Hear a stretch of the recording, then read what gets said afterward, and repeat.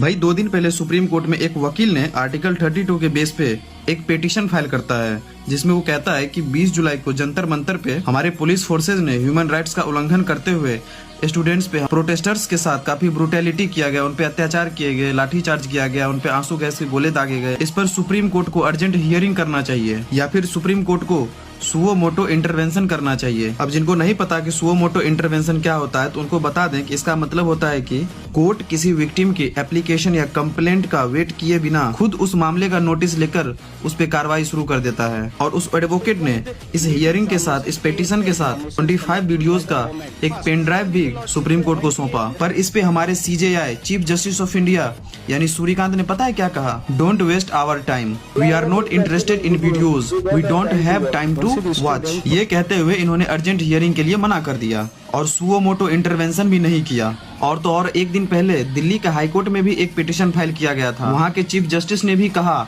कि don't drag the court into this. भाई हो क्या रहा है इस देश में? हम डेमोक्रेसी में ही रह रहे हैं ना, या फिर हमारा देश अब डेमोक्रेटिक नहीं रहा? भाई डेमोक्रेसी के 4 पिलर्स होते हैं, लेजिस्लेटिव, एग्जीक्यूटिव, जुडिशरी, मीडिया। और इसमें मीडिया तो पहले ही बिक चुकी है, इनसे तो कोई उम्मीद ही नहीं है इस देश को। अब बचे ये 3, इनमें हम लॉ मेकर्स यानी लेजिस्लेटिव से तो लड़ ही रहे हैं ना। अब है एग्जीक्यूटिव, इन्होंने 2 दिन पहले ही हमारे स्टूडेंट्स पे, हमारे प्रोटेस्टर्स पे लाठीचार्ज किया है, टीयर गैस बम के गोले दागे हैं, और करप्शन, भ्रष्टाचार में इनका रोल ही अलग है हमारे देश में। अब एक आखिरी उम्मीद बचा था जुडिशरी, और अब ये भी कह रहा है कि डोंट वेस्ट आवर टाइम। तो भाई अब इसे डेमोक्रेटिक कंट्री क्यों कह रहे हो? डिक्टेटरशिप घोषित कर दो ना, क्योंकि डेमोक्रेसी तो खत्म ही हो चुकी है। और अगर सरकार को लग रहा है कि वो स्टूडेंट्स को अपने अंधभक्तों की तरह मिसलीड कर सकता है, तो भाई अब ये आपको डिसाइड करना पड़ेगा कि आपको सरकार की बातों में आना है या फिर हमारे देश को डेमोक्रेटिक कंट्री बनाना है, ताकि देश और डेमोक्रेसी दोनों बची रहे।